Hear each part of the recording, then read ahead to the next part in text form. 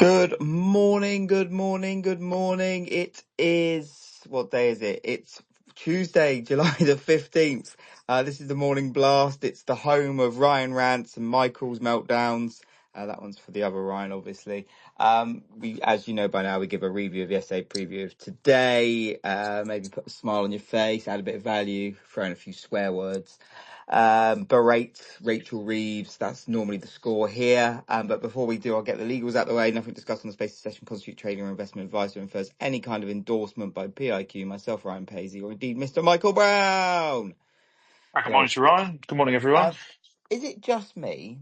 I think this is kind of indicative when markets, especially things like crypto and equities, are at all-time highs. The loonies always seem to come out in force when we're like hitting high after high or all-time high after all-time high. Yeah, you get the Uber bears get more kind of screamy and start going, no, it's wrong, it's all fake, it should be coming off, it mean reversion, and you get then just other weird. Then you get guys that basically are shit at trading, but all they've done is bought something has gone up, and they think they're the king dingaling. So it's kind of the perfect storm for fucking idiots on social media. Yeah, So, there's not only a bull market in equities, there's also a bull market in nonsense on Twitter at this point. bull market and bullshit. The number of people I've seen drawing charts with trend lines from 2005 or something stupid, going, "Oh, we're going to test this, and then the S&P is going to trade at 3." No, it's fucking not. Right, I'll tell you what, on this note, one thing that I fucking hate, I think I actually mentioned this on Friday, and I have mentioned this in the past, but when I say on Friday, I mean in the pub with you, not on any show. I mean, like, where Thank proper God that discussion, wasn't recorded. yeah, where proper discussion takes place. Anyone that's doing a comparison or laying over two charts, and one is especially equities, and I'm only referring to equities here, and if they're comparing markets to anything pre global financial crisis, 2008, 2009. They're fucking mental. As I've said Mhm. countless times before, these markets are not the same. The game changed when central banks realised, hang on a second, we can turn on the taps and we can just flood the market with money and pump it into equities. As soon as they did that, there's no comparison between markets now and markets pre that event. It's Nah, but eight. it's Go all on. rigged, mate. Oh no, yeah, it's all fake anyway. But it just does my tits in when so-called like experts are laying over markets from like the 90s, so fucking 1928, fucking all this bollocks. They're not the same. Those kind of events won't happen anymore because, quite frankly, central banks won't let it happen anymore. But yeah, anyway, sorry, that's Ryan's rant out of the way. I might have to start doing those again, actually. So Go on. you got that off your chest now, mate. Yeah, no, I'm all right now. Thank you for letting me I do that. thought Thanks. I got out the wrong side of bed this morning, or actually, as having said that, as Batesy the other day said, I'm not sure there is a right side to your bed. Yeah, no, that's very true. Very true. Wait until we get bunk beds. Ugh. Oh God! Right, let's move on very quickly from that rather horrifying prospect and move on to markets yesterday, which were initially a little bit shaky. Equities taking a bit of a leg lower at the open on Sunday night. The euro facing a few headwinds on the back of the weekend tariff announcements from President Trump. That weakness, though, did pair as the day went on, with the S&P ending the day in the green, up by 0.1%. The tech sector leading the way, with the Nasdaq up by 0.3%. And we have seen those gains extend actually overnight, with the Nasdaq up another 0.5% in early trade this morning. And this comes after what was unexpected news from Nvidia. They have said that they are expecting that the Trump administration will provide export licenses which allow them to sell their H20 artificial intelligence accelerators to China. Apparently this is one of their most advanced chips that they're now going to be able to sell to China again. If I remember rightly, in Nvidia's last quarterly earnings numbers, they said they were going to take something like an $8 billion charge on the fact that they couldn't ship these to China anymore.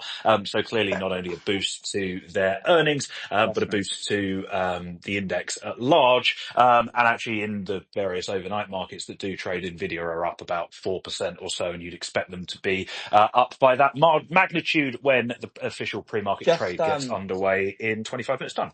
Just on that, obviously it's probably worth mentioning that this comes after Jensen Huang, obviously CEO of Nvidia, actually was in the White House having a meeting with President Trump. So obviously Yes. he sweetened the deal somewhat. And also just for you guys, I've always seen this morning that Chinese clients are currently seeking clarity on licensing because they don't want to be caught out and by misunderstanding what's going on. But yeah, it looks like it's very good news for one of the hot stocks, as it were. Indeed, yeah. It looks like Jensen took his brown envelope with him, or maybe his Yeah, briefcase when he went I didn't want to to say the it, Oval mate. Office. I didn't want to say it. I'll just tee it up. Anyway, speaking of the Oval Office, we may as well move on to what Trump was doing yesterday, because of course he has to be centre of attention every single day. Yesterday, the focus was on Russia. President Trump saying he is very unhappy with Russia and President Putin, and that he will do very severe tariffs of 100% plus secondary sanctions on countries that buy Russian crude if there is no peace deal with Ukraine in 50 days' time. So again, another case of Trump throwing out a threat that the market simply does not believe. We did actually see crude take a fairly significant leg lower yesterday. WTI down by about 2% or so, Brent down by a similar margin. Again, this is very much a case of there have been talk that Trump would sort of go all in on sanctions. There have been talk that Trump will put those tariffs in place, potentially immediately or as soon as possible. Again, it seems like a bit of a taco moment where Trump has turned around and gone, well, I'll do it, but not for 50 days. And of course, the market goes, well, that means you're not going to do it at all. Just worth bearing in mind, though, if those secondary sanctions were to come into effect, it would be on buyers of Russian crude, and that could have quite a significant impact on countries such as India and China. So certainly one to watch.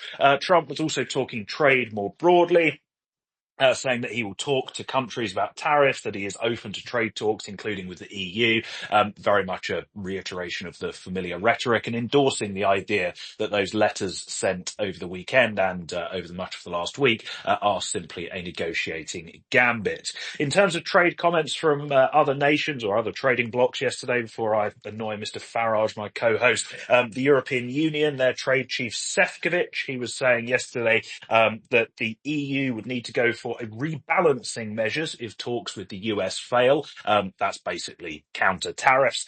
He also said, and I quote here, "It takes two hands to clap," which I'm not entirely sure what he meant by that, but never mind. There's some weird analogy that he was trying to use to describe the progress of or lack of progress that they're making in trade talks. We also have reports via Reuters that the Indian negotiating team are apparently already in the United States to negotiate the first phase of a potential US-India trade deal. So, of course, we will see how that one progresses. Sticking with political developments in the United States and, of course, with President Trump, it was confirmed yesterday that he will be coming to Scotland later this month. This is apparently a private visit. You and I would know it as a golfing holiday, because he's going to visit not Hey. only Turnberry, but also one of the new courses he's opening in Aberdeen. Nevertheless, Prime Minister Keir Starmer, he is due to meet President Trump during that visit to Scotland. So lucky him, I suppose. And lastly, coming out of the Oval Office yesterday, we had the Washington Post. They ran a story noting that Trump advisor and NEC director Kevin Hassett is apparently rising in terms of the likelihood of him taking over as Fed chair from Jay Powell. This article also noting that the other names in the running include Kevin Walsh, Scott Bessent, and Christopher Waller. Again, very much in line with previous reporting. And this article also noted, I should say, that the process is still, and I quote, very fluid, and it isn't a sure thing that Hassett will get the nod. So clearly uncertainty persisting on the It front in terms of who will be next Fed definitely, chair. definitely a little trial balloon or weather balloon, whatever we're going to call it, going up in the air. 100%. Um, Just, what oh, I sorry, would say, oh, I go was on. going to say just one last thing on the whole Fed chair thing. I haven't seen the full document yet, but Bank of America published their latest fund manager survey this morning. 1 in 4 respondents say that Scott Bessent is most likely to be the next Fed chair, and just 7% of those respondents said it would be Kevin Hassett. So against that backdrop, I wouldn't rule out the possibility Mm, that it's actually Kevin Hassett putting those stories out there. well, but also let's be clear. Like the fund manager survey, they're giving their answers based on what they're hearing and what they're reading. So Mm, it's kind of what leads the other one almost. But what I would say is Hassett. would be just an awful choice. Well, I say an awful choice. I think the market will hate it because they'll be like, well, this isn't, this is completely against, what we normally do. Well, I think the FOMC would hate it as well. Well, this is it. But who's to say that having someone from outside the circle might not be a good thing? I don't know, but I know for a fact that the market will definitely not like the change in kind of routine. No, absolutely not. And I think the problem with either Besant or Hassett is that they are just a blatantly political choice. Yeah, of course. You would argue that Waller is a political choice as well, and so would Kevin Walshby. In fact, anyone would be, because they basically have to suck up to Trump to get the job. But at least they try The and be central bankers first. Well, exactly. They've got experience of setting monetary policy. Both of those latter two have been on the Fed board, et cetera, et cetera. They're not coming, straight out of the White House and into the Fed and, setting interest rates next week. So, I agree with your view on that one in terms of the market reaction. Sticking with the Fed, we heard from 2026 voter Hammack yesterday. She was saying that she does not see any imminent need to cut Would you? rates. No comment. And that rates are pretty close to their neutral level, which is an interesting remark, given that most people think that neutral is around 3%. Of course, the Fed funds rate currently at 4.5%. Hammack clearly has a much higher estimate of the neutral rate than most of her colleagues. Sticking with monetary policy, Reuters running an ECB sources piece yesterday. The ECB will apparently discuss a, quote, more negative scenario at their meeting next week than they had Yeah. envisaged in June after the latest round of tariff threats. They are, though, still likely to hold rates steady because they don't want to act on a possibility. They'd rather act on a definite outcome. And as a result, any discussion on rate cuts will have to wait until September, very much in line with expectations, those reports. And just a few other bits and bobs from me lastly this morning. We had some data out from China overnight. The economy growing by 5.2% on a year-on-year basis in the second quarter, marginally above expectations, but I mean, it's China GDP, so it Yeah. probably didn't grow at all. We also had the latest retail sales figures, which missed expectations, rising just 4.8% on the year in June, down from the prior 6.4%. Industrial production, though, did beat expectations at 6.8%, up from a prior 5.8%. Again, that's a year-on-year figure for June. And lastly, a couple of AI headlines. Of course, we have that Nvidia news a little bit earlier on. XAI, of course, Elon Musk's little pet project, they have announced Grok for government, which is apparently, and I'm reading from the press release here, a suite of products that make Grok's frontier models available to US government customers. All I'll say is I hope they've resolved the issues that Grok had last week before they start selling it to governments. And lastly, Meta, their super intelligence lab, which sounds very grand. They're That's awesome. apparently This is the one where I want a business card for. Yeah, well, the business card printed on A3 paper, presumably. In any case, they are discussing various strategy changes when it comes to AI. They have apparently discussed abandoning their open source AI model and developing a closed AI model instead, which good for them, I guess. I don't really understand what that means. Yeah, I'm with you on that one. Hopefully Tom's Talks Cars can let us know Well, he's exactly not what's going here. on. He seems to have disappeared. He's probably working. Give him he's been doing a couple of shifts over the weekend as well. Bless him. But anyway, Oh, I enough about know. Tom. Bless him. What's going on? Right. Thank you for that, Mr. Michael Brown. So it's time for some overnight news. Courtesy of our dear friend Zach Eisman, as always. He's actually listening for once. Give him a follow. Do follow us on Substack, so you get the overnight news that matters most to markets to you, sent straight to your inbox. So started off in trade, as Michael said, the H20 chip to China that's been received. Nvidia have received assurances from the Trump administration they can sell it to China. US Commerce Department investigations. The US is investigating imports of drones, UAV parts, and polysilicon, potentially leading to tariffs on these goods. Boeing deliveries to China. Chinese airlines received 3 Boeing aircraft in a single day. I'm guessing that's a big step, signaling easing trade That doesn't tensions. feel like a very big number, but No, it doesn't. But they are quite big, I guess. So, well, I suppose so. Yeah. quantity over quality. Easing trade tensions, signalling between Beijing and Washington, yada, yada, yada. EU countermeasure news. EU has prepared the 72 billion billion euro or $84 billion list of US goods, including Boeing aircraft, automobiles, and bourbon, as potential targets for retaliatory tariffs in response to Trump tariff policies. Japan-US Treasury meeting. Japan's PM Ashiba will meet US Treasury Secretary Bessent in Tokyo on Friday to discuss trade and economic issues. US-Mexico tomato duties. That's right, you read that first, but no ketchup. No word of that, please. The Trump administration imposed a Sorry, what was that? I'm 17%. just catching up on things. Oh, behave. I'll start again, wanker. The Trump administration imposed a 17% duty on fresh tomatoes from Mexico, which supplies two-thirds of the US tomato consumption, ending a prior export deal. So Uh, sorry, just on this. This yes.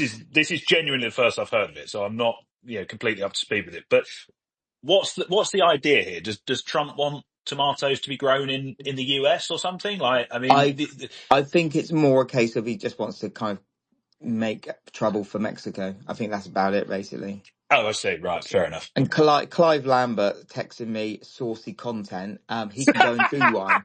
Oh, Anyway, I'm Clive, moving on. bravo. Right, macro news, wankers. Fed building overhaul review. The Fed Chair Powell has requested a fresh review by Fed's Board Inspector General on a project to overhaul Fed buildings. In US Treasury interest expense news, interest on US Treasuries is expected to rise by $100 billion in 2025, with two-thirds of the increase due to higher debt levels. That's per Deutsche Bank. I actually think I saw that note somewhere. What else we got? 1.4 trillion junk bond market saw record trading volumes in 2025. That's according to JP Morgan in a note released yesterday, and it was on Bloomberg today, I believe. Japan's 30-year government bond yield hit a record high amid fiscal health concerns ahead of the July 20th upper house election, where the ruling coalition may lose its majority. I saw some reports yesterday suggesting that this move we're seeing in the Japanese 30-year is also what's kind of feeding through into moves in things like the 30-year German debt and stuff like that. So one to keep an eye on there for the spillover. A former BOJ economist suggests that Bank of Japan could hike rates this fall if tariff uncertainties subside. Good luck with that.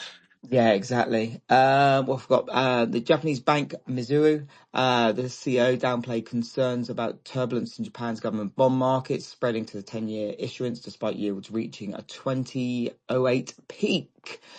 China's Q2 growth slowed less than expected, but weak domestic demand and global trade risks are pressuring Beijing for more stimulus. I did see someone tweeting about 700 billion or million being added overnight, or billion probably. Something to have a look at, I guess. New home prices in China fell at the fastest pace in 8 months in June. President Xi advocated for a cautious property development model, disappointing investors. Sigma Chinese refined a near 2-year high of crude oil in June, while crude steel production saw its largest drop in 6 months. So one to keep an eye on there, for especially the steel industry, or steel production is seen as a bit of a bellwether. Chinese corporates and households increased foreign currency deposits to a 3-year high, avoiding yuan amid low interest rate expectations. Quite a few Chinese headlines here. China mandated investment for banks for 6 billion offshore yuan. That's 836 million bond sale in dollars. Natural disasters in China caused $7.5 billion worth of economic losses in Q1 2025. Obviously, they had lots of floods, etc. What else we got? France's deficit plan. French PM Bayrou will outline a deficit reduction plan, risking political instability. Well, anything that avoids cutting services or increasing tax, which is the two things he'll need to do, both or one or the other, will incite political instability, and it'll be a nightmare for it getting through. And there's every likelihood there'll be some strikes. I mean, also, What? it's Go on. France, so the likelihood of that is pretty high, even if he wasn't going to do something like that. Yeah, no, exactly. UK economic optimism. I What don't know where it's optimism? come. Well, this is it. But we keep seeing these reports, like from Lloyd's and such, saying that they're seeing highlighted optimism for the UK economy, citing government vision and returning consumer sentiment and rising consumer sentiment. What UK Oh, government fuck vision? off. I I've just got don't better vision understand, than the government, and I've just had my mate. glasses prescription Mate, doubled. fuck that. Ray Charles has got better vision than fucking the UK government. But I just don't understand it, because this isn't the first economic survey where they're saying it's I just don't understand who's doing these surveys because I wonder, and I go don't have on. any sort of inside intel on this, but I wonder whether the surveys are a bit skewed because Well, they everyone must went be. to basically max pessimism in March, April, and even towards the back end of last year, where you've gone employer NICs are going up, stamp duty changes, all the index linked price rises, tariffs, basically all this misery that was sort of, Yeah. compacted into the back end of Q1 and start of Q2. I just wonder whether almost like we saw with the German data before the election, where all the sentiment figures fell off a cliff, and then it's a case of it's still a bit of a shambles, but it's not quite as much of a shambles now, and by default that just sees things sort of spring back Maybe. massively. And that's literally the only rationale I can see. I mean, Yeah. anyone who has even stepped foot in the UK over the last year or so will know that there isn't really much to be optimistic about, to be honest. Well, especially when we got things like, yeah, we're almost, well, we've basically been told to expect significant tax rises in the autumn budget, right? So Mm. things are looking worse, or potentially, I see what you're saying there, but also potentially their time horizon is what's coming after Labour. So they're like, yeah, do you know what? Things are going to get a lot better when this lot fuck off. Bloody long Um, time horizon. well, we'll see. Well, I might get me picket out and me pitchfork. Where Go was join the I? French. Yeah, UK retail sales, they surged in June, signaling economic recovery. Rachel Reeves has put a kibosh on that. Don't worry about that. Australia's card surcharges. The Reserve Bank of Australia aims to eliminate credit and debit card surcharges, potentially saving consumers 1.2 billion Aussie dollars annually. That'd be a good move for them. What else we got here in geopolitical news?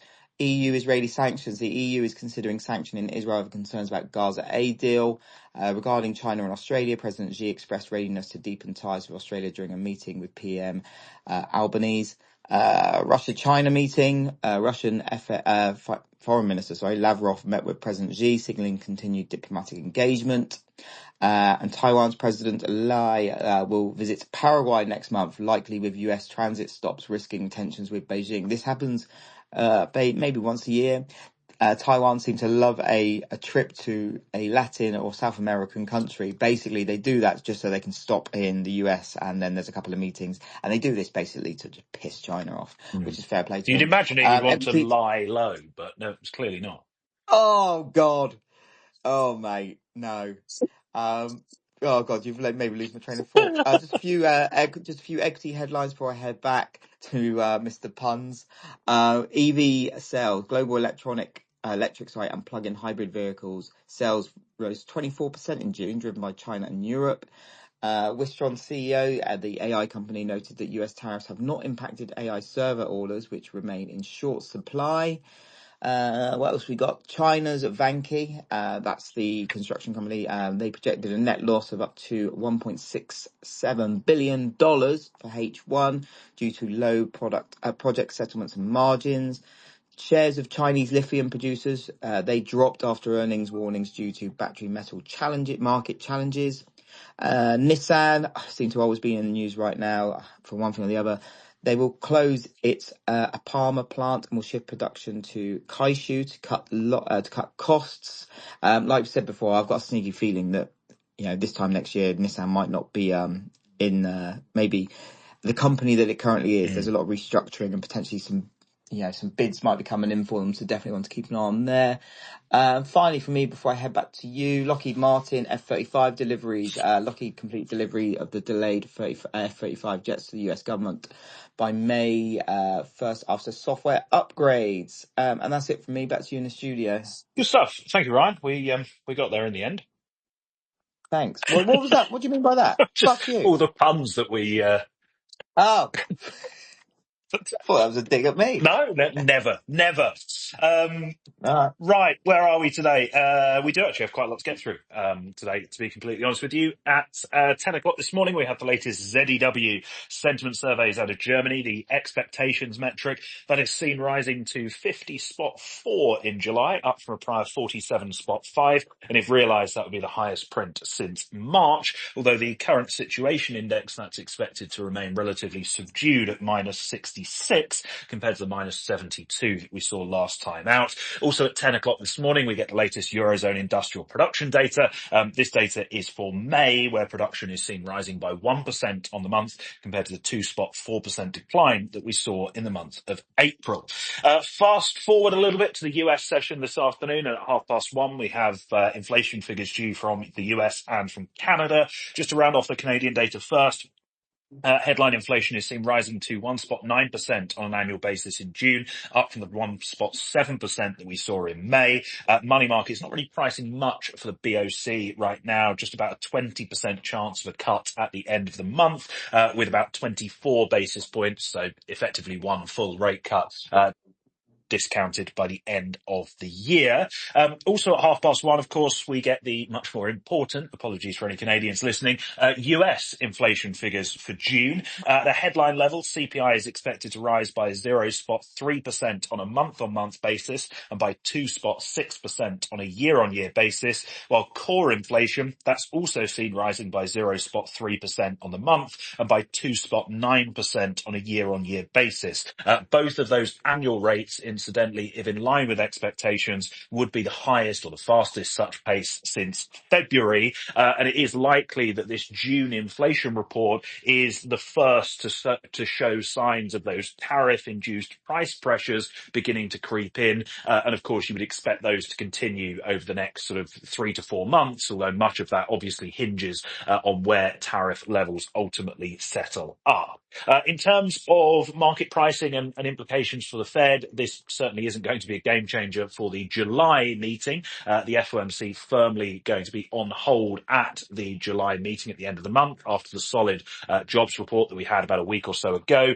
Money markets pricing just a 5% chance of any cut at the July meeting.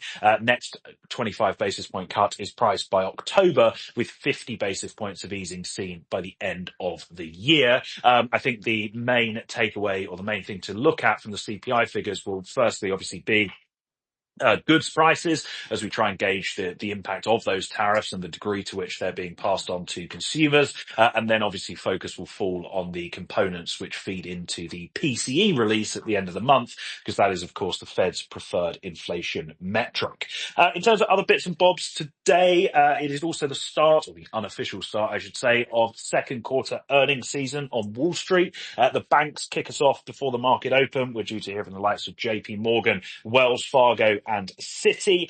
As always, timing's a little bit flexible on that one, but JP Morgan, given past performance, normally report at about 11:45 London time, 6:45 on the east coast of the United States, and then things will kick on in earnest from there. And lastly, we do have some central bank speakers worth bearing in mind today. The Fed's Collins, Barkin, Barr and Bowman due to make remarks throughout the afternoon. All And the then this bees. evening, yeah, indeed. Easy for me to say. And this evening, there's more coming.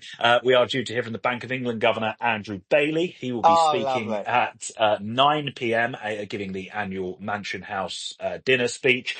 Chancellor Rachel Reeves will also be speaking at the Mansion House event. Not really expecting anything significant in terms of policy from the governor. From Rachel Reeves, obviously, as we discussed yesterday, she's going to apparently insist that she has got the economy under control and got a grip on public finances, which is not exactly reassuring, to say the least. And last but by no means least, of course, market participants on alert for any trade and geopolitical headlines, despite that busy data docket, as we move through the next 24 hours or so. And for the time being, that's all from me. I think we've done exceedingly well to get here within the half hour that we try and give ourselves. But to be We've honest, done very well indeed. if we go over, who gives a fuck? Because at least we're adding a bit of value. So it's not like we're talking bollocks like most of these cunts that are on there. Oh, sorry, I used the C word. I'm not meant to use Jesus, the C Ryan. word. Sorry. So I genuinely thought I know it's not a family show anymore, but we're not you know quite what? that much not of a family show. You know what? I genuinely forgot we were recording. I thought it was me and Fucking you hell. having a chat. Oh no. God, I'm glad I only said Apologise that. to any listeners with sensitive ears, but just don't come I back, I guess. I genuinely forgot we were recording this and other people were listening. So thank God I only said that. Jesus Oh Christ. Right, God! on that note, If you see want you to all. complain, send it to someone who cares, not us. Yeah. I'll give you a clue. Neither of us do. Right. Michael, thank you as always, an absolute rock star. Listeners, thank you as always. Apologies for the very crude language by me at the end. I'm going to go and have a quiet word with myself. Much love. See you all tomorrow. Take care. Bye bye.